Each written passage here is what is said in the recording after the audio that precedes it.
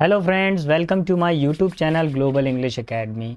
दोस्तों, मैं सोनू सर आपके लिए लेकर आया हूँ एसएससी सीजीएल की इम्पॉर्टेंट सीरीज़, जिसमें आज हम पढ़ने वाले हैं बेटा पेपर सेट नंबर 12। क्या पढ़ेंगे बेटा? Paper set number 12।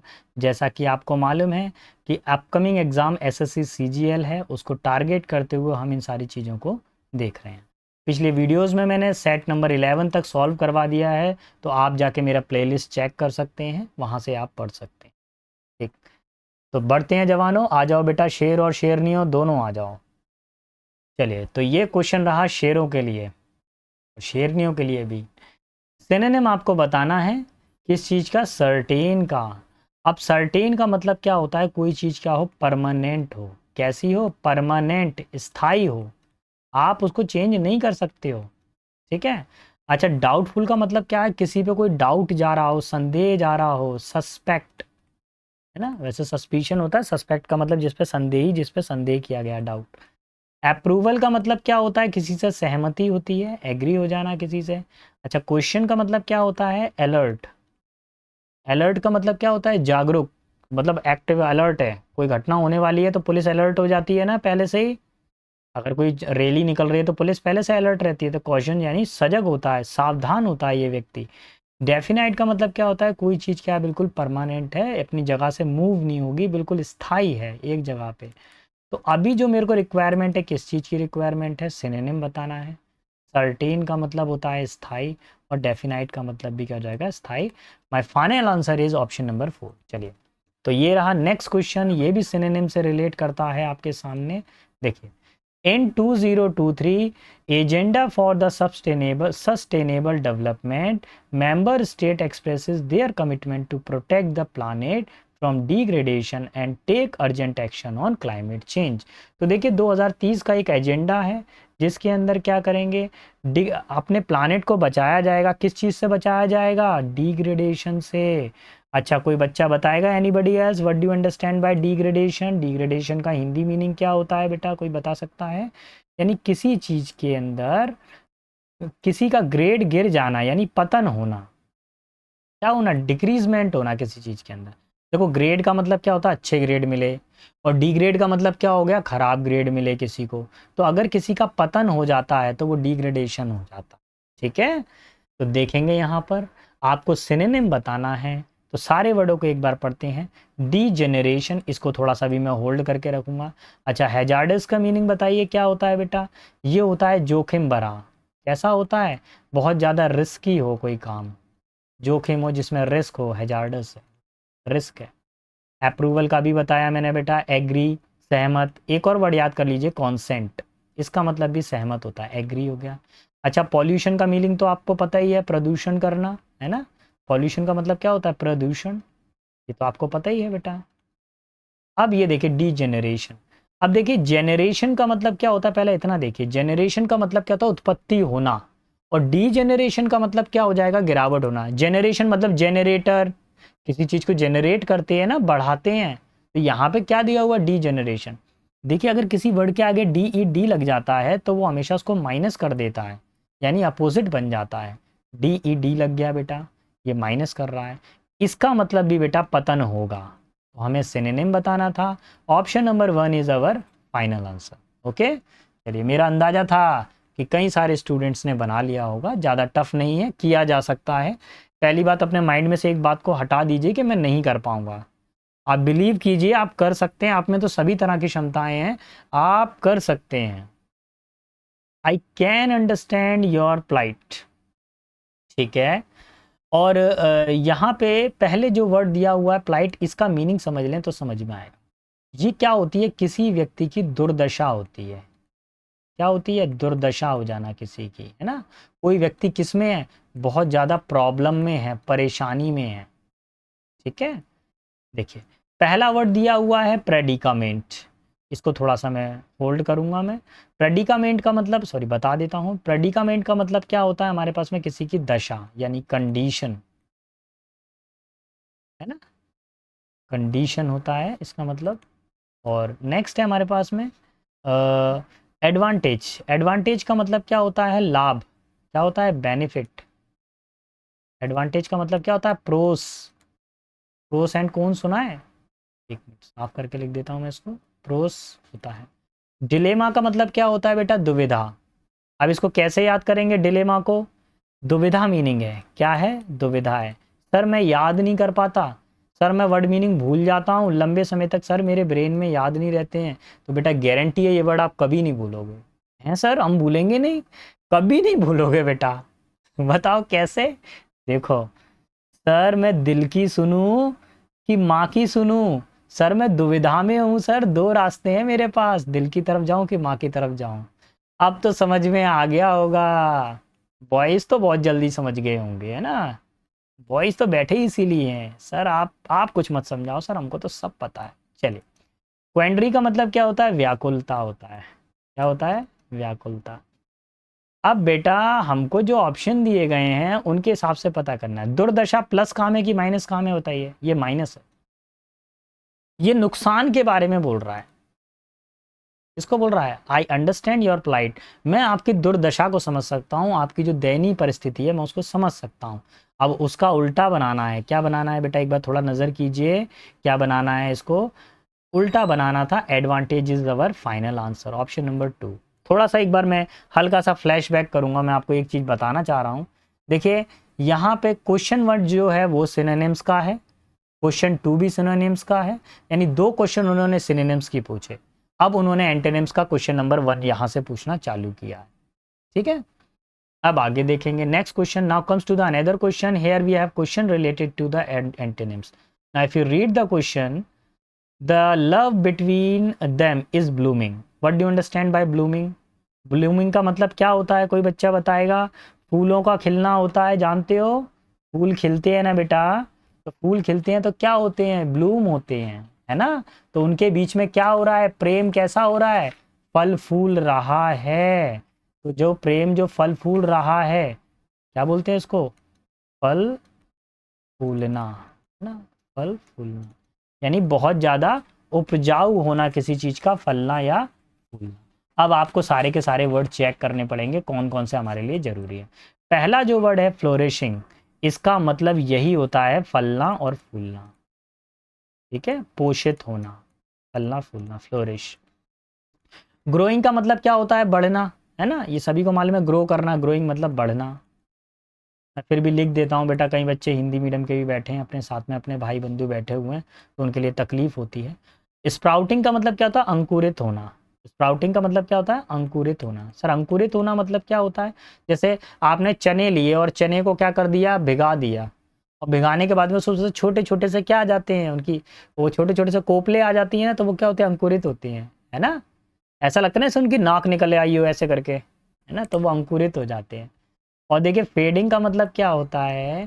फेडिंग का मतलब क्या होता है? मुरझाना। जैसे फूल दिया और फूल मुरझा गया, वेट करते रहे, फूल वाला बंदा हमको फूल बना के चला गया, है ना?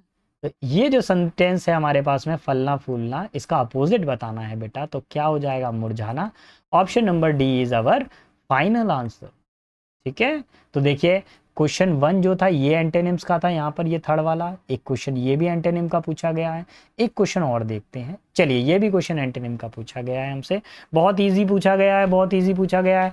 चलिए भैया, शेर और शेरनिया जरा दहाड़ कर बताओ जल्दी, क्या बनेगा? The truck was carrying a heavy load. Heavy का मतलब क्या होता है? कोई चीज़ बहुत ज़्यादा वेटेड हो, बहुत ज़्यादा भारी हो कोई चीज़। ठीक है, मैसिव का मतलब क्या होता है? विशाल, ह्यूज, है ना? मैमथ, कोई चीज कैसी हो? बड़ी सी हो, मैमथ। ठीक है, नेक्स्ट अगला देखिए, लाइट। लाइट का मतलब क्या होता है? हल्का, इसका मतलब रोशनी भी होता है। बिग का मतलब भी क्या होता है? विशाल, ह्यूज। ठीक है, बिग, ह्यूज, मैमथ। और इसके अंदर कर सकते हैं क्या? बड़ा। ठीक है, आगे देखेंगे लार्ज। लार्ज का मतलब भी बड़ा ही होता है। तो लगभग अगर आप देखें तो ये इसका मतलब भी बड़ा हो गया पहले वाले का, इसका मतलब भी बड़ा हो गया, इसका मतलब भी बड़ा हो गया। सिर्फ एक ही वर्ड है जो हमारे पास में बच रहा है। हैवी का क्या होता है? Light, option number 2। इतना सिंपल पूछा, देखो ये फ्री हिट क्वेश्चन कहते हैं। एसएससी एक दो क्वेश्चन फ्री हिट दे रहा है बेटा, किया जा सकता है, ऐसा नहीं है कि नहीं किया जा सकता। बच्चे कहते हैं नहीं हो पाएगा सर, क्यों नहीं होगा?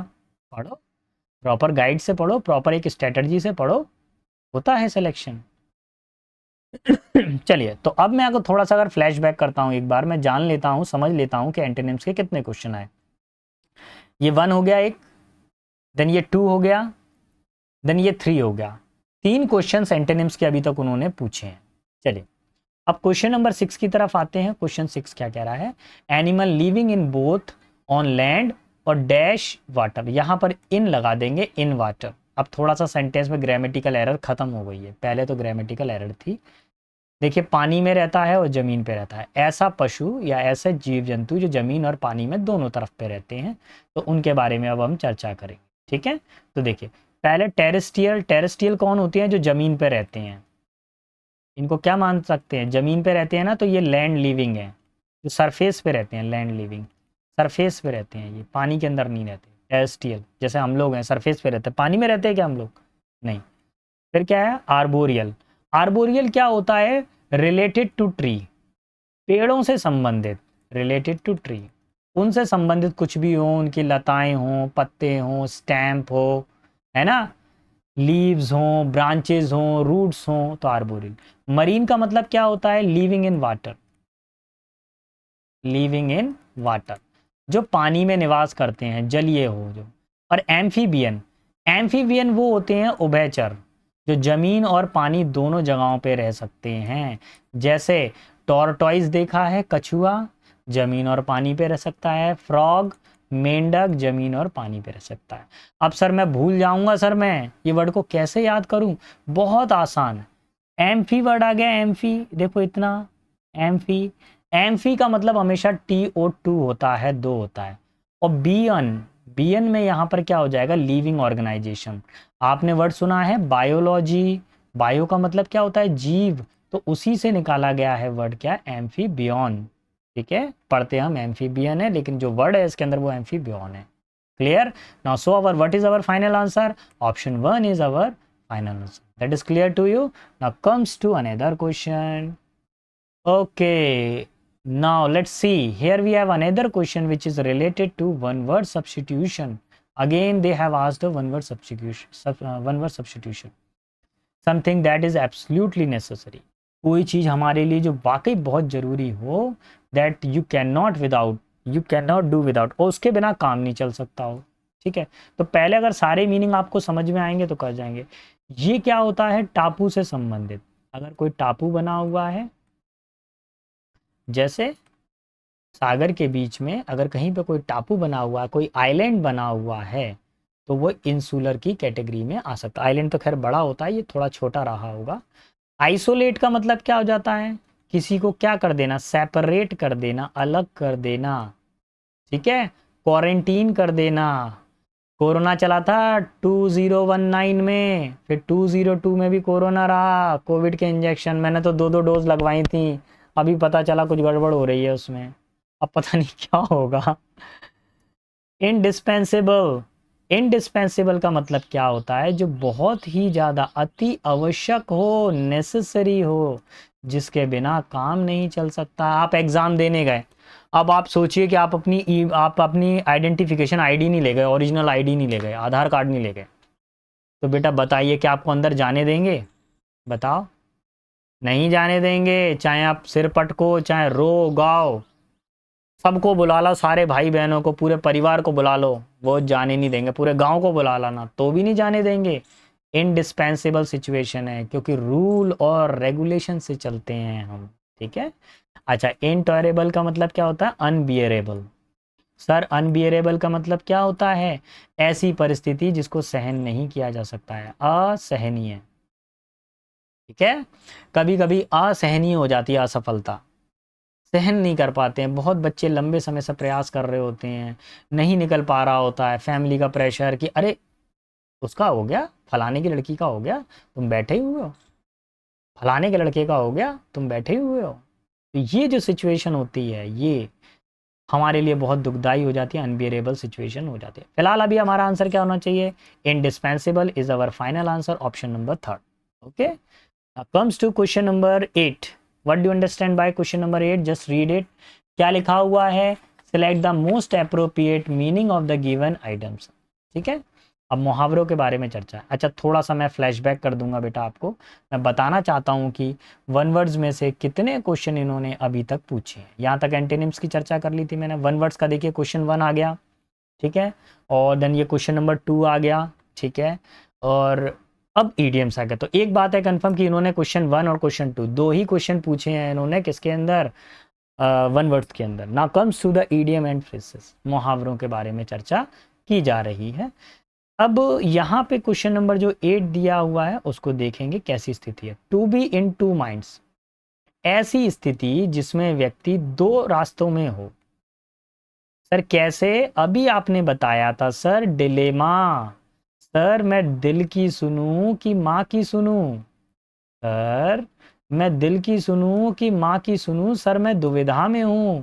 सर मेरे दो दो दिमाग चल रहे हैं सर, है ना, मेरे दो दो दिमाग चल रहे हैं सर। तो if to be in two minds, to work on somebody else advice, किसी और की एडवाइस पे काम करना, ये तो मेरे को लग ही नहीं रहा। To be in critical condition, एक बहुत गहरी परिस्थिति के अंदर होना या नाजुक परिस्थिति के अंदर आना। क्रिटिकल का मतलब क्या होता है बेटा, नाजुक परिस्थिति होना। तो ये थोड़ा सा इसको होल्ड कर सकता हूँ मैं, हो सकता है कुछ ऐसा हो। To be dominated by someone else, किसी और के द्वारा आपके ऊपर कोई दबाव किया जाना, ये नहीं होगा। और टू बी अनसर्टेन, अरे मिल गया मिल गया मिल गया मिल गया मिल गया मिल गया मिल गया, अब मुझे कुछ नहीं करना, इसको मैं कैंसिल करूंगा कैंसिल करूंगा कैंसिल करूंगा कैंसिल करूंगा, इसको टिक लगाऊंगा, मेरा आंसर हो गया और मेरे को मिल गया marks.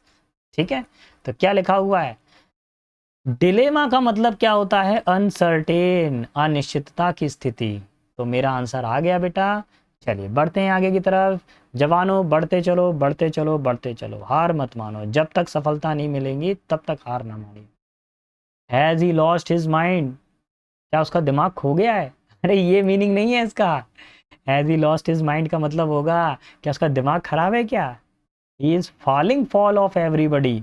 Falling fall of everybody का मतलब क्या हो जाएगा कि वो हर किसी से झगड़ा कर रहा है ना, फाइट कर रहा है, हर किसी से आर्ग्यू कर रहा है वो।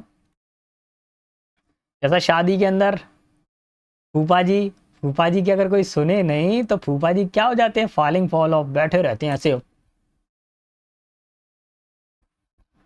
ऐसे घूमते रहेंगे फूफा जी शादी के अंदर। तो वो क्या हो जाता है, फाइट हो जाता है, falling out, falling fall of हो जाता है। देखिए क्वेश्चन में क्या दिया हुआ है, क्विट पजल विद, क्या दिया हुआ है, क्विट पजल विद, यानी कि जो पजल्स हो रही हैं, यानी कि जो कुछ बीच में कुछ ऐसी स्थितियां हो रही हैं। पजल्स का मतलब समझते हैं क्या होता है, पहेलियां टाइप का। तो बिल्कुल पहेलियों की तरह उलझ जाना नहीं बेटा। Having an amicable talk with, amicable का मतलब क्या होता है बेटा, किसी से फ्रेंडली रूप में बातचीत करना, किसी को फ्रेंडली, एक फ्रेंडली टॉक हो रही है। तो ये तो नहीं हो रही भाई, वो तो लड़ रहे हैं फूफा जी, तो फूफा जी तो इस समय लड़ रहे हैं, है ना। Maintaining a short of coldness, अब भैया यहाँ पे थोड़ा सा सर्दी के बारे में बातचीत हो रही है कि ठंडे के बारे में बातचीत हो रही है, नहीं, एक ही वर्ड मिल गया मिल गया मिल गया मिल गया। Option number 4 is my final answer. Clear, क्या कर रहे हैं, फॉलिंग फॉल ऑफ का मतलब झगड़ रहे हैं, जो मिल रहा उसी से झगड़ रहे हैं, पूरी बारात में झगड़े, है ना। जब तक फूफा जी को अंगूठी नहीं मिल जाएगी ना, और वो जोड़ा नहीं मिल जाएगा, है ना, ड्रेस नहीं मिल जाएगी, तब तक फूफा जी नहीं मानेंगे। चलो, एक हाथ तो चाहिए होता है शादी ब्याह के टाइम पर इंटरटेनमेंट के लिए ना। इफ़ यू सी, मैं थोड़ा सा फ्लैशबैक करता हूँ यहाँ पर, एक आपको रिव्यू करके बता देता हूँ। तो अगर मैं यहाँ से अगर आप देखें क्वेश्चन नंबर 8 पर एक आ गया, ठीक है, क्वेश्चन नंबर 2 ये हो गया। ईडियम्स 2 पूछे गए हैं प्रीवियस ईयर में। अब 10 वाला देखिए भैया, स्पेलिंग एरर को बताना है, पहले तो मीनिंग समझेंगे तब स्पेलिंग देखेंगे हम लोग सारी की सारी। तो एवरिश का मतलब क्या होता है, ऐसा व्यक्ति जो बहुत ज़्यादा लालची हो, ग्रीडी हो, है ना, उसके अंदर लोभ हो, लालच हो। इसका मतलब बीज का मतलब क्या होता है, गहरा पीला हो, है ना, डार्क, मतलब गहरा पीला कोई चीज हो, तो वो किस में आ जाएगी बेटा, बीच में आ जाएगी। अच्छा अगला क्या दिया हुआ, एडमोनिश, एडमोनिश का मतलब क्या होता है, किसी को डांटना, ठीक है, स्कॉल्ड, ठीक है। एडवर्स का मतलब क्या होता है, विपरीत, कैसी परिस्थितियां हो, विपरीत परिस्थितियां हो, एडवर्स कंडीशन हो, यानी कि आप कह सकते हैं अपोजिट सिचुएशन, अपोजिट सिचुएशंस। अब आपको इधर पे स्पेलिंग एरर देखना है, एडवर्स ठीक है मेरे हिसाब से, एडमोनिश भी बिल्कुल ठीक है स्पेलिंग, 20 की भी स्पेलिंग ठीक है। एवेरिश में गड़बड़ है, ये जो एस है इस एस को हटा दीजिए, इसकी जगह पे लगा दीजिए C. Option number 1 is my final answer. S को हटा के क्या लगाना चाहिए, सी लगाना चाहिए, तब हमारी स्पेलिंग बिल्कुल सही होगी। अच्छा, इसका मतलब क्या होता है ना, ग्रीड होता है। क्या होता है बेटा, ग्रीड होता है, लालच। नेक्स्ट बढ़ता हूँ क्वेश्चन नंबर 11 की तरफ पर। अब 11 क्या कह रहा है उसको जान लेते हैं। बेटा देखिए क्वेश्चन नंबर 11 में पूछा गया है स्पेलिंग एरर। अभी देखिए स्पेलिंग एरर पहले ऐसा आता था ओल्ड इंग्लिश में, ये थोड़ा सा अब नया पैटर्न बना दिया। तो don't be so much nervous, we can do it, हम कर सकते हैं इसको। Let us start with the question number 1। Here if you see the spelling of the first read the question. The agreement was, ठीक है, the ठीक है, agreement भी ठीक है, वाज ठीक है, टर्मिनेटेड ठीक है। यहाँ पे मेरे को एक एरर लग रही है टर्मिनेटेड की स्पेलिंग को लेकर। ठीक है, अभी और भी देखता हूँ मैं। बाय म्यूचुअल कॉन्सेंट, ठीक है, यहाँ पे एक म्यूचुअल में भी मेरे को एरर लग रही है। तो यानी कि जब मैंने सेंटेंस पढ़ा तो मुझे दो जगह पे एरर लग रही है, उन्हीं को मैं फोकस करूँ। द एग्रीमेंट, इधर पे एग्रीमेंट की स्पेलिंग गलत है और ये हमारा ऑप्शन नहीं बनेगा। दूसरा देखते हैं, द एग्रीमेंट वाज टर्मिनेटेड, ठीक है स्पेलिंग, टर्मिनेटेड की स्पेलिंग भी ठीक है, म्यूचुअल की स्पेलिंग भी ठीक है और कॉन्सेंट की स्पेलिंग भी ठीक है। चलिए मैं इसको थोड़ा होल्ड करता हूँ, शायद कुछ और भी दिया हो। द एग्रीमेंट वाज टर्मिनेटेड, यहाँ पे टर्मिनेटेड की स्पेलिंग गलत है, ये गलत हो गया। द एग्रीमेंट वाज टर्मिनेटेड, हाँ देख लेते हैं एक बार थोड़ा सा। अच्छा, अगर देखें तो मेरे से शायद टाइपिंग एरर हुई है कहीं पे, क्या नहीं, यहाँ पे कॉन्सेंट की स्पेलिंग गलत है। Option number 2 is my final answer. कौन सा ऑप्शन लगा दूंगा, ऑप्शन नंबर 2, उसी सेंटेंस के अंदर सारी स्पेलिंग्स करेक्ट है। तो स्पेलिंग एरर के कितने क्वेश्चन आए हैं, दो ही क्वेश्चन आए हैं स्पेलिंग एरर के, ठीक है। बढ़ो आगे, क्वेश्चन नंबर 12 पर आ जाते हैं। 12 क्या कह रहा है, इन टाइम्स ऑफ डिफिकल्टी, परेशानी के समय, she praise for an oracle है। प्रेज का मतलब तो शिकार होता है, चलिए ठीक है, शिकार करना। और ओरेकल का मतलब क्या होता है बेटा, इसका मतलब होता है प्रेडिक्शन यानी फॉरटेल, भविष्यवाणी। क्या होता है, वेदर फॉरकास्ट। फॉरकास्ट सुना है, फॉरकास्ट का मतलब क्या होता है, भविष्यवाणी होता है बेटा। तो फॉरटेल वर्ड आ गया हमारे पास में, इसका मतलब भविष्यवाणी है। टू गाइड हर, उसने परेशानी के समय, ओरेकल यानी वो भगवान से, ओरेकल का मतलब क्या है, भविष्यवाणी या भगवान की वाणी समझ सकते हैं, या कोई ईश्वर वाणी या कोई विचार हो सकता है। उससे प्रार्थना करती है वो कि मुझको मार्ग दिखाया जाए, गाइड किया जाए मुझे, ठीक है। तो अब थोड़ा सा मीनिंग को समझे। प्राइस का मतलब क्या हो गया, किसी चीज़ का प्राइस होता है, कॉस्ट होती है। प्रेज का मतलब क्या होता है, प्रार्थना करना, वर्शिप करना, ठीक है। इसका मतलब भी वर्शिप करना ही होता है। प्रेज का मतलब क्या होता है, प्रशंसा करना, एडमायर करना। तो अब मुझे एक बात बताइए, क्या वो भविष्यवाणी का शिकार कर लेगी, गणेश जी के सामने बैठे हुए, ये प्रभु मेरी सरकारी नौकरी लग जाए और मैं आपको 11 रुपए के लड्डू चढ़ाऊंगा महाराज। 11 रुपए के लड्डू नहीं, 1100 रुपए के लड्डू चढ़ाऊंगा मैं। तो अब क्या कर रहे हैं, भगवान का शिकार कर रहे हैं कि प्रार्थना कर रहे हैं, बेटा प्रार्थना कर रहे हैं।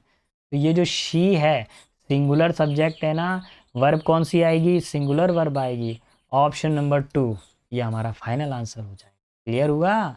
फिर भी डाउट हो तो भैया मेरा दिया हुआ है लिंक, लिंक को जाके क्लिक कर देना, और सोनू सर का नंबर भी दिया हुआ, सोनू सर को कॉल कर देना, व्हाट्सएप वो भी, ठीक है। डायरेक्ट कॉल नहीं करेंगे, व्हाट्सएप पे मैसेज छोड़ देंगे। आगे बढ़ते हैं, नंबर 13 वाला। 13 वाला क्या कह रहा है, देख लेते हैं बेटा इसको। The karaoke program was planned by the club was a grand success. अब कराओके प्रोग्राम समझते हो क्या था, कराओके बेटा ये वो प्रोग्राम होता है जिसमें सिंगर आते हैं और गाना गाते हैं, ठीक है। जैसे लता मंगेशकर की यादों के गाने गाए जा रहे हैं, किशोर के गाए जा रहे हैं, अरिजीत सिंह के गाए जा रहे हैं गाने, ठीक है। अब इस क्वेश्चन में आपको एरर ढूंढनी है, क्या क्या है। The karaoke program was planned by the club, ठीक, वाज ग्रैंड सक्सेस, जो प्रोग्राम आयोजित किया गया था वो उनके लिए एक बड़ी सफलता थी। अच्छा, तो देखते हैं इसको हम लोग proper. Was planned by the club plan by the club was a grand success. थोड़ा सा मैं इसको अच्छे से और पढ़ लेता हूँ एक बार। The plan by the club, club के द्वारा इसको प्लान किया गया था, वाज ग्रैंड।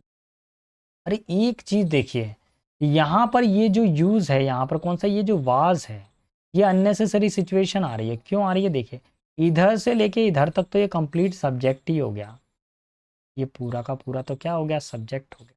अब एक वास ये हो गई हमारे पास में हेल्पिंग वर्ब या मेन वर्ब मान लीजिए, यहाँ पे वर्ब मान लीजिए इसको।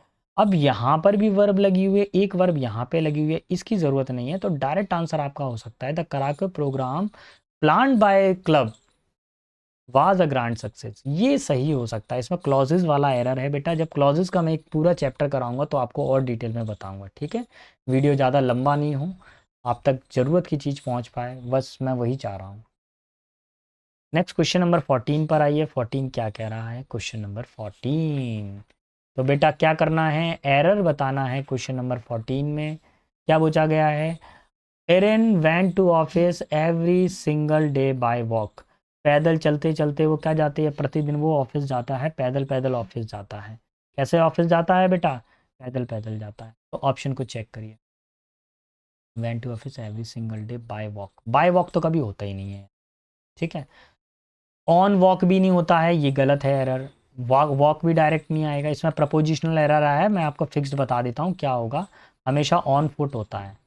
वो ऑफिस जाता तो कैसा जाता है, पैदल जाता है। ऑन फुट का मतलब क्या होता है, पैदल जाना, ठीक है। ये हमारा फाइनल आंसर हो जाएगा। नेक्स्ट क्वेश्चन पर आइए, नंबर 15 पर। 15 क्या बोल रहा है, इसको भी समझ लेते हैं क्वेश्चन नंबर 15 को। 15 वाले में बोला गया the company decided to sell their stack, stack समझते हैं क्या होते हैं, शेयर, हिस्सा, इन देयर सब्सिडरी। सब्सिडरी का मतलब समझते हैं क्या होता है, सहायक, है ना, जो हेल्पफुल हो किसी चीज़ में, है ना, सहायक हो। सब्सिडी मिलती है, एलपीजी सिलेंडर लेते हैं हम लोग, ये बताओ, एलपीजी सिलेंडर आता है ना, इंडेन का आता है, एचपी का आता है, तो एलपीजी सिलेंडर पे क्या मिलता है, सरकार क्या देती है, सब्सिडी देती है। कि भाई अगर सिलेंडर अगर आपका 1100 रुपये का है, 1200 रुपये का है, तो आप उसमें से कुछ पैसा आपको हम लौटा देंगे, जो भी वो लौटाते हैं, because it was under the massive डेप्ट। डेप्ट का मतलब क्या था, कर्जे में। तो सरकार अपने कुछ शेयर्स को बेच रही है, सॉरी कंपनी अपने कुछ शेयर्स को बेच रही है, क्योंकि कंपनी किस में है, एक बहुत बड़े कर्जे में है। तो आंसर क्या लगेगा, ज़रा चेक करके बताइए मुझे, ये बताइए कंपनी सिंगुलर है कि प्लूरल है, इतना बताइए। सर सिंगुलर है, तो बेटा ये प्रोनाउन प्लूरल क्यों आएगा, ये तो प्लूरल प्रोनाउन हो रहा है ना, ये नहीं होना चाहिए, सिंगुलर ही आना चाहिए। तो देखो ये प्लूरल वाला, इसको तो मैंने एलिमिनेट कर दिया। अब देखो, सेल इट्स, ठीक है सिंगुलर है। स्टेक इन देयर इंडस्ट्री, ये प्लूरल है, ये कैंसिल हो गया, ये नहीं होगा। Option number 4 is our final answer. कौन सा ऑप्शन हो जाएगा, ऑप्शन नंबर 4। इसको रफ कर दूं, नहीं तो फिर 2 वाला ही समझ लेंगे। ये भी नहीं है, ये भी नहीं है। ऑप्शन नंबर 2 देखो, सिंगुलर आ रहा है, सिंगुलर आ रहा है, सब्जेक्ट भी सिंगुलर है। हमारा final answer option number 4। Now comes to the question number 16। Here we have another question which is related to grammatical error. The mother said, Ben will done the assignment today. अरे will के साथ में done क्यों आएगा यार, do लगाओ। will के साथ में done कब आता है, कभी आता देखा है क्या, ये बताओ मेरे को। इतना फ्री हिट क्वेश्चन दे रहे हैं यार, क्या दे रहे हैं, इतना फ्री हिट क्वेश्चन दे रहे हैं, अगर आप देखें तो इजीली किया जा सकता है। क्या करेंगे, ऑप्शन नंबर 1। बढ़ता हूँ, चलिए शेर और शेरनियों डटे रहो मैदान में, हार नहीं मानना है बेटा। जब तक नौकरी नहीं मिल जाती, जब तक आप अपने आप को प्रूफ नहीं कर लेते, तब तक हार मत मानना, है ना। कोई अगर आपसे कहे कि बेट तुम्हारा नहीं हो पाएगा, रहने दो, बंद कर दो, नहीं कर पाओगे, लड़की हो कितना पढ़ोगी, सब छोड़ दो, एक रट बैठ के तपस्या करो बेटा। जैसे पढ़ाई क्या एक तपस्या है, और तपस्या की फल प्राप्ति ज़रूर होती है ना। जिस दिन आपका मुकद्दर फिरेगा ना, जो आज आपके खिलाफ खड़े हैं ना, जिस दिन आपका मुकद्दर हो खुल जाएगा, जिस दिन आपकी तकदीर खुल जाएगी, उस दिन आपको कोई नहीं रोक पाएगा। जो आपके खिलाफ खड़े हैं ना, वही सब आ जाएंगे, अरे अरे अरे प्रभु हम तो जानते थे कि आपका सिलेक्शन होगा, अरे देवी हमको तो पता था, हमारी बिटिया तो बहुत अच्छा पढ़ती हैं। तब से कहाँ गई थी पढ़ने के लिए, जब पढ़ रही थी बिटिया तब तुम ही लात मारती थी बिटिया को पढ़ाने में। मिस्टर राम कुमार, ये हो गया सब्जेक्ट। द कैशियर, ये कौन है? कैशियर है। अच्छा, इधर पे मैं एक कॉमा लगा देता हूँ जो अप्लाई नहीं किया गया है। Are on temporary withdrawal from the service, mister Ram Kumar को टेम्परेरी बेसिस पे क्या कर दिया गया है? सर्विस से बाहर कर दिया गया है, कुछ समय के लिए उनको सर्विस में से हटा दिया गया है। ठीक है, लाइट चली गई है हमारे यहाँ पर, है ना। राम कुमार सिंगुलर सब्जेक्ट है, तो कोई बच्चा बता सकता है इसका आंसर? सिंगुलर वर्ब आएगी, सिंगुलर सब्जेक्ट और वर्ब भी सिंगुलर। आर की जगह पे क्या होना चाहिए? इज होना चाहिए। कहाँ पर है यहाँ पे देखो, आर, आर की जगह पे क्या होना चाहिए? Is. Option number third is our final answer. ठीक है, बढ़ते हैं आगे की तरफ, क्वेश्चन नंबर 18। अच्छा, मैं थोड़ा सा फ्लैशबैक करके आपको एक चीज़ बता दूं कि एरर कितने आए थे इस वाले पेपर के अंदर।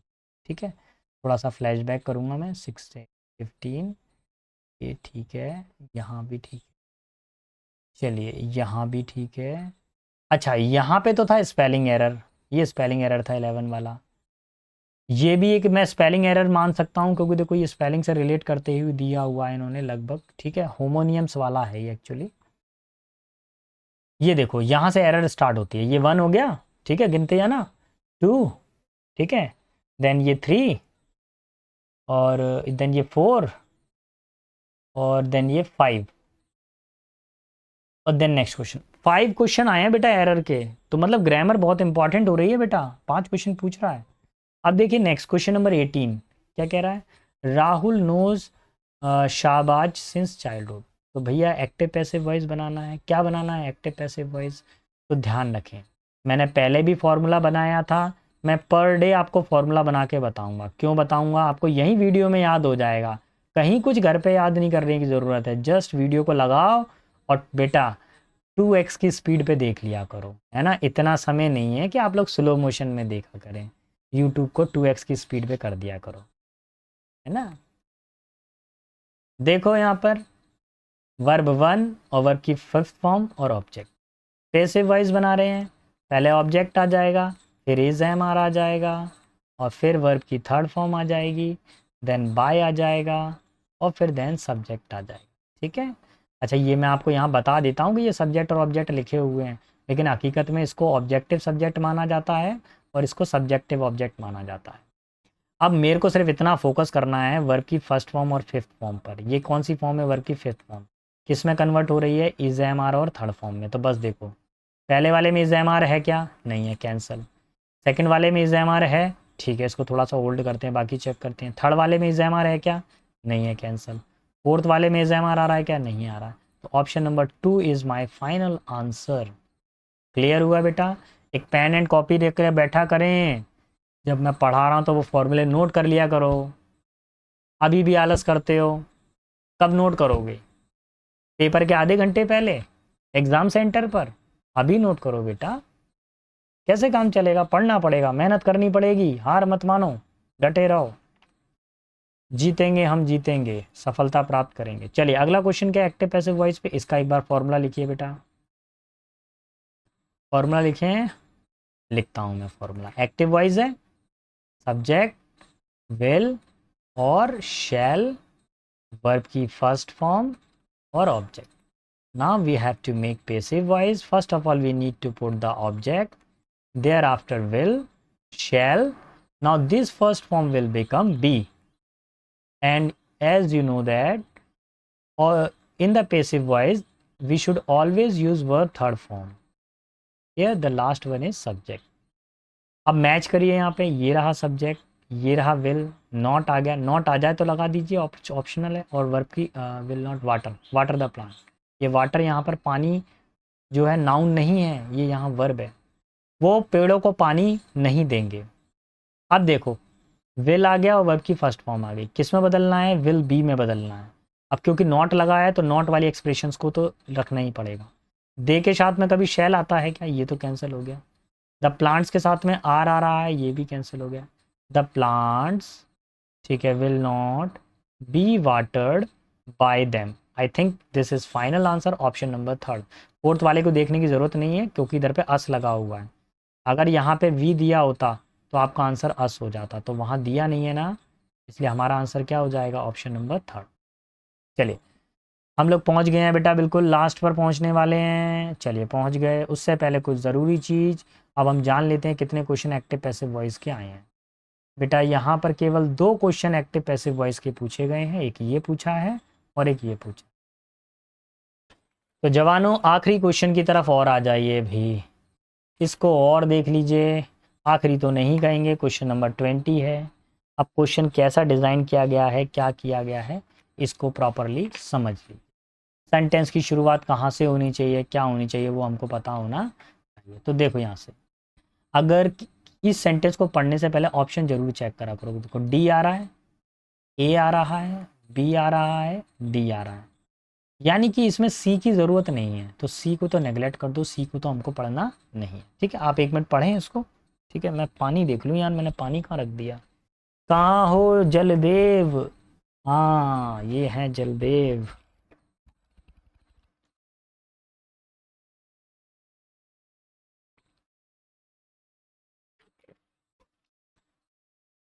चलो पानी पी लिया। अब हम अपने दोबारा से अपने क्वेश्चंस पर आ जाते हैं। क्वेश्चंस को कैसे करना है, क्या करना है, वो देखेंगे एक एक करके। तो देखिए, द शॉपमैन, इसका मतलब शॉपमैन के बारे में चर्चा दोबारा से की जा रही है, इसलिए दा आ रहा है। अगर किसी चीज़ में दा लगा है ना, तो पहले ये समझ लीजिएगा उसकी चर्चा पहले भी कहीं ना कहीं पे की जा चुकी होगी थोड़ी बहुत। द मैन आ रहा है, ठीक है। मैं मान लेता हूँ यहाँ पे ऑप्शन नंबर डी से शुरू करके देखता हूँ। She went inside a little antique shop. Antique shop का मतलब क्या हो गया यहाँ पर, एक ऐसी दुकान जहाँ पे पुरानी वस्तुएं दी जाती है। एंटिक का मतलब क्या होता है, पुरातन समय की वस्तुएं। ठीक है, इन द कर्जन स्ट्रीट, एक लड़की है, वो कहाँ गई, शॉप में गई, कर्जन स्ट्रीट में। This was the usual shop, एक साधारण शॉप जैसी थी। Where the shopkeeper was ridiculously fond of serving her. अब यहाँ पे जो वर्ड दिया गया है वो एक ऐसी शॉप थी जहाँ पर जो उसका जो शॉपकीपर था वो कैसा था, रेडिकुलस था, मजाकिया था, है ना। कॉमिक बंदा था, वो कॉमिक था, मजाकिया मजाकिया बंदा था। फॉन्ड ऑफ सर्विंग, यहाँ पे देखिए एग्जाम का एक क्वेश्चन आ रहा है, कभी भी फॉन्ड ऑफ आए हमेशा वर्ब की फोर्थ फॉर्म लगाइए। क्या है, फॉन्ड ऑफ आए तो वर्ब की फोर्थ फॉर्म। वो ऐसा शॉपकीपर था जो लोगों को जब वस्तुएं देता था या दिखाता था तो वो कैसा करता था, मजाकिया रूप में दिखाता था उनको। ठीक है, हंसी मजाक करता हुआ। चलिए मैं इसको मान लेता हूँ ऑप्शन नंबर 1। अब देखिए डी तो मिल गया हमको, अब डी के बाद में सी आएगा कि बी आएगा, थोड़ा सा इसको पढ़ के देखते हैं। As the box was too expensive, अब चूंकि बॉक्स बहुत ज़्यादा एक्सपेंसिव था, तो पहले भैया वो बॉक्स दिखाएगा तो सही, एकदम से थोड़ी ना बोल देगा कि बॉक्स बहुत ज़्यादा महंगा है। अब उसने बॉक्स को शो किया, कैसे शो किया, द मैन, कौन मैन के बारे में बात हो रही है, the man on the counter showed her. Counter पे कौन था भैया, ये शॉपकीपर ही तो था, इसलिए द मैन आया है इसके लिए। तो ये ऑप्शन नंबर 2 हो गया। The man on the counter showed her exquisite, यहाँ पे जो वर्ड आया है एक्सिक्वाइज, इसका मतलब क्या होता है बेटा, अति सुंदर, मोस्ट ब्यूटीफुल। ठीक है, लिटिल एनिमल बॉक्स, क्या कैसा बॉक्स दिखा रहा है, एनिमल बॉक्स। एनिमल्स का मतलब क्या होता है, देखिए यहाँ पर क्या होता है, कोई चीज़ अगर कोई बॉक्स जिसमें मतलब मीनाकारी की गई है। सर मीनाकारी क्या होता है, आप पुराने अगर देखें तो पुराने जो बर्तन हुआ करते थे उनके ऊपर कुछ हीरे जवाहरात कुछ चिपका देते थे। जैसे एक प्लेट है, प्लेट के ऊपर छोटे छोटे कांच चिपका दिए या कुछ डेकोरेशन का मटेरियल चिपका दिया, तो उसको क्या बोलते थे, एनिमल बॉक्स बोला जाता।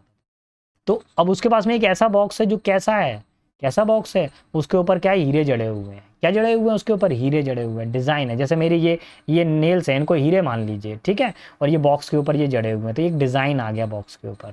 ठीक है,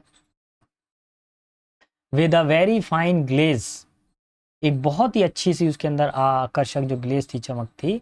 as if baked in a cream, वो ऐसा लग रहा था बॉक्स कि जैसे उसको किसी क्रीम से ढक दिया हो, पूरा का पूरा क्रीम से बना हुआ, इतना आकर्षक बॉक्स था वो।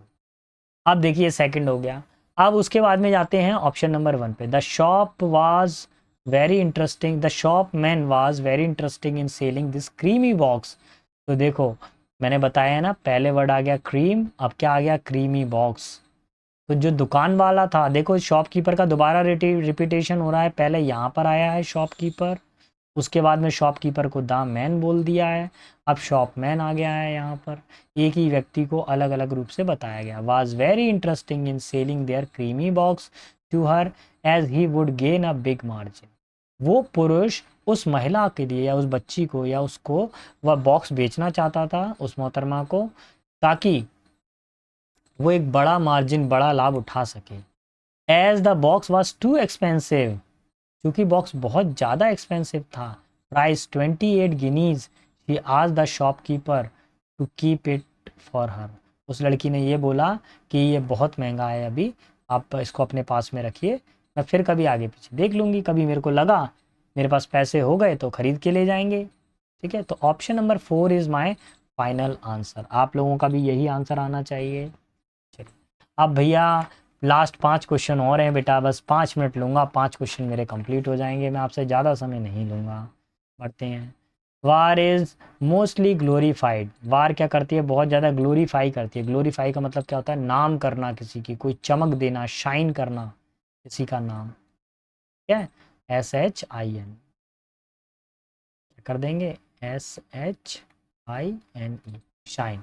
And dash by the society, और सोसाइटी के द्वारा उसको क्या किया जाता है? देखिए युद्ध को क्या करते हैं, युद्ध के अंदर लोग बहुत ज़्यादा वीर गति को प्राप्त होते हैं, तो उन वीरों की गाथा गाई जाती है, उनकी प्रशंसा की जाती है। खूब लड़ी मर्दानी वो तो झांसी वाली लानी थी, बुंदेलों के हर बोलो सुनो हमने सुनी कहानी थी, है ना। सन 57 की चमक उठी, वो तलवार पुरानी थी। अब पूरा तो मेरे को याद नहीं है, लेकिन ये वो झांसी वाली रानी के बारे में है। हमारे, मैं ग्वालियर में रहता हूँ, ग्वालियर के पास से झांसी लगता है, तो यहाँ पर बहुत वर्चस्व है उनका। सीमेंटेड का मतलब क्या होता है? किसी चीज़ को बिल्कुल क्या कर देना? पुख्ता कर देना, पक्का कर देना। किसी चीज़ को कैसा कर देना? पुख्ता कर देना, पक्का कर देना। शार्पेंड का मतलब क्या होता है? किसी चीज़ को धार देना, है ना। किसी चीज़ को क्या कर देना? धार देना, चमक देना, धार देना। यूलाइज का मतलब क्या होता है? किसी की प्रशंसा करना, एडमायर करना। और सेक्रीफाइस का मतलब क्या होता है? अपना जीवन किसी के लिए क्या कर देना? न्यौछावर कर देना। जीवन को सेक्रीफाइस कर देना यानी न्यौछावर कर देना। ठीक है, देख लेना यार कैसे ना, अपने बलिदान कर देना। सेक्रीफाइस यहाँ पर क्या हो जाएगा? बलिदान। तो देखो बेटा, अगर हम युद्ध के बारे में बात करेंगे तो ज़्यादातर युद्धों के अंदर चमक है, और हम उनकी क्या करते हैं? वीरों की क्या करते हैं? प्रशंसा करते हैं। समाज क्या करता है? उनकी प्रशंसा करता है। Option number 3 is our final answer. अच्छा, इसका कोई और तरीका था इसको सॉल्व करने का? नहीं, यही था। The real picture of war is horrific. जो पिक्चर, जो युद्ध का जो असली चित्र है वो क्या है? बहुत ही ज़्यादा हॉरिफिक है। हॉरिफिक मतलब भयानक। And dash as one can imagine, और ये बहुत ही ज़्यादा कैसा है? डैश है कि कोई इमेजिन कर सकता हो, जिसकी कल्पना की जा सकती, कल्पना अकल्पनीय ऐसी स्थिति। तो सारे मीनिंग सुनिए ध्यान से।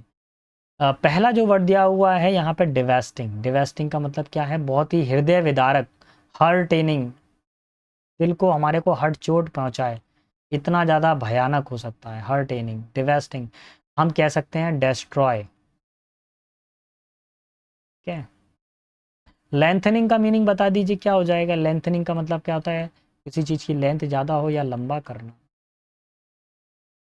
खींचना किसी चीज़ को। इंस्पायरिंग का मतलब बता दीजिए बेटा, किसी को प्रेरित करना। क्या होता है? किसी को प्रेरित करना। और यहाँ पे हार्कनिंग, हार्कनिंग का मतलब होता है सुनना, लिसन। अब जो वर्ड हमारे पास में, उन्हीं से हमको काम चलाना है। क्या चीज़ को लंबा किया जा रहा था? इमेजिन को नहीं बेटा। सुना जा रहा है? नहीं। इमेजिन की जा रही है कल्पना, लेकिन वो कैसी कल्पना की जा रही है? बहुत ही भयावह कल्पना की जा रही है। Option 1 is our answer over here. ठीक है, क्या हो जाएगा? 1। डिवेस्टिंग है ना। युद्ध कैसा होता है? युद्ध अच्छा होता है क्या? युद्ध बहुत बुरा होता है।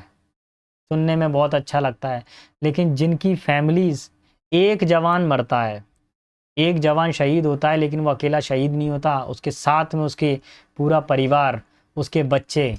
कई बच्चे तो गोद के बच्चे होते हैं, कई वीर योद्धा तो गोद में बच्चा है, उस वो छोड़ गया, बच्चा 2 महीने का है, पिताजी शहीद हो गए, है ना। तो वो व्यक्ति शहीद नहीं होता, उसका पूरा परिवार शहीद होता है। वो तो गया, अब उसको अब जीवन में क्या है? वो तो गया, वो तो अपने देश के लिए न्यौछावर हो गया। और जो जो जो शहीद, जो व्यक्ति अपने देश के लिए न्यौछावर होता है, उस व्यक्ति को सीधा स्वर्ग मिलता है, सीधा स्वर्ग। कहीं कुछ नहीं। जो देश के लिए करता है, अपनी मातृभूमि के लिए मरता है, उसके लिए हमेशा भगवान फूल बिछा के खड़े रहते हैं, आ जाओ प्रभु, आप अपने देश के लिए अपने बलिदान दिया है। Soldier who witness death, often soldier who witness death like experience suffer from the psychological disorder. देखिए, ज़्यादातर जो लोग हैं वो साइकोलॉजिकल डिसऑर्डर से, साइकोलॉजिकल डिसऑर्डर का मतलब क्या होता है, दिमागी रूप से बहुत ज़्यादा डिस्टर्ब हो जाते हैं। युद्ध कर कर आए, लड़ाई हुई, अब लड़ाई में कोई गोली लग गई, मान लीजिए हाथ में गोली लग गई, अब डॉक्टर ने बोला इसको ऑपरेट करके हटाना पड़ेगा। अब एक बात बताइए, मैं इस हाथ से पढ़ा रहा हूँ, इसी हाथ से अपना खाना पीना खा रहा हूँ, ये मेरा राइट हैंड है, बेस्ट हैंड है, और ये मेरा बेस्ट हैंड कट जाए तो मैं कैसे खाना खाऊंगा, आप बताइए जरा। तो ये क्या होता है, मेरे दिमाग पे साइकोलॉजिकल इफेक्ट भी करेगा। ठीक है, अगली सिचुएशन को थोड़ा सा और देखेंगे। देखिए भैया, प्लीज़ मेरे चैनल को लाइक, शेयर, कमेंट और सब्सक्राइब सब कुछ कर दो, जो भी होता है सब कर दो बेटा, है ना। अच्छा लगे तो प्लीज़ करें, अपने दोस्तों को भी शेयर करें। एंड आर, अब 23 पे देखिए, and are for the rest of their, and are for the rest of their lifes. ठीक है, अगली सिचुएशन में हम लोग क्या करने वाले हैं, 23 में सारे मीनिंग देखिए। जो वर्ड दिया हुआ है शेल्ड, इसका मीनिंग क्या होता है, कोई चीज़ क्या हो, बिल्कुल खोलीदार हो, कवर हो जिसमें, है ना, खोलीदार जिसमें कवर बना हुआ हो। ठीक है, नम्ड का मतलब क्या होता है, स्तब्ध रह जाना। क्या हो जाना, स्तब्ध रह जाना, मतलब किसी चीज़ को देख के बिल्कुल साइलेंट रह जाना। क्रीप्ट का मतलब क्या होता है, रेंगना, जैसे सांप रेंगता है ना, तो रेंगना। हार्डन का मतलब क्या होता है, कोई चीज़ क्या बहुत ज़्यादा कठोर हो, है ना, इनफ्लेक्सिबल हो, परिस्थिति बहुत कठोर हो गई। तो अब ऐसी स्थिति क्या बन जाती है उनके लिए, उनके दिमाग के लिए क्या बन जाती है, वो स्तब्ध रह जाते हैं इस परिस्थिति में, क्या हो जाते हैं, एंड आर नम्ड, क्या हो जाएगा, for the rest of their lifes. Many war poem contrast. तो देखिए ध्यान से कि अब युद्ध हुआ, युद्ध में उनके कुछ नुकसान हुआ, उस नुकसान से क्या हुआ, उनका जीवन स्तब्ध हो गया। मैनी वार पोइट्स पोएम्स कॉन्ट्रास्ट, कॉन्ट्रास्ट का मतलब क्या होता है, चमक, मतलब किसी चीज़ की चमक को बढ़ा देना। All the sentiments myths about warfare by dash the harsh reality that soldier faces. तो देखिए, वार पोएम्स में क्या होता है, कवि अपनी कविता के माध्यम से युद्ध के परिणामों को या युद्ध को दर्शाता है। तो क्या करता है वो, गिविंग नहीं, बीइंग होना नहीं, हार्डनिंग नहीं, एक्सपोज करता है किसी चीज़ को, क्या करता है, ओपन करता है, अपने शब्दों के माध्यम से वो बताता है, हमारे देश के वीर शहीदों के बारे में गुणगान करता है, और वो युद्ध की रियलिटी को बताता है। द रियल ट्रामा, असली ट्रामा क्या होता है, असली दिमागी असली दिमागी टेंशन क्या होती है, is real in people who are left to dash for their loved ones and after they are gone. सबसे बड़ी समस्या क्या होती है कि उनके जाने के बाद में जो उनके बच्चे रह जाते हैं, वो उनके लिए सबसे बड़ी दुखदायक बात होती है। मॉर्न का मतलब क्या होता है, सैड। थिंक का मतलब तो सोचना होता है। मेमोराइज का मतलब क्या होता है, किसी चीज़ को याद करना। ठीक है, याद याद करना। रेसिस्ट का मतलब क्या होता है, बचना, किसी चीज़ से क्या करना, एस्केप करना। तो अब ऐसी सिचुएशन में क्या होगा कि हम बचेंगे नहीं बेटा, वो क्या करेंगे, उनके लिए कैसा हो जाएगा, दुखदायक। ऑप्शन नंबर 1 ही मेरा फाइनल आंसर होगा। ठीक है बेटा, तो आज के लिए इतना ही अत्याचार है। मिलते हैं नेक्स्ट वीडियो में, आपको हम सेट नंबर 13 कराएंगे नेक्स्ट वीडियो के अंदर। अगर आपको मेरा पढ़ाना अच्छा लग रहा है कि सर कुछ ऐसा पढ़ा रहे हैं जो हमारे लिए आवश्यक है, तो प्लीज़ मेरे चैनल को लाइक, कमेंट, शेयर, सब्सक्राइब करना ना भूलिएगा। बेस्ट ऑफ लक बेटा, मिलते हैं नेक्स्ट वीडियो के अंदर अगले कुछ क्वेश्चंस के साथ में जो आपके लिए बहुत ज़रूरी हैं। चलिए भाई, चलिए टाटा बाय बाय। अब हम भी बंद कर देते हैं इसको।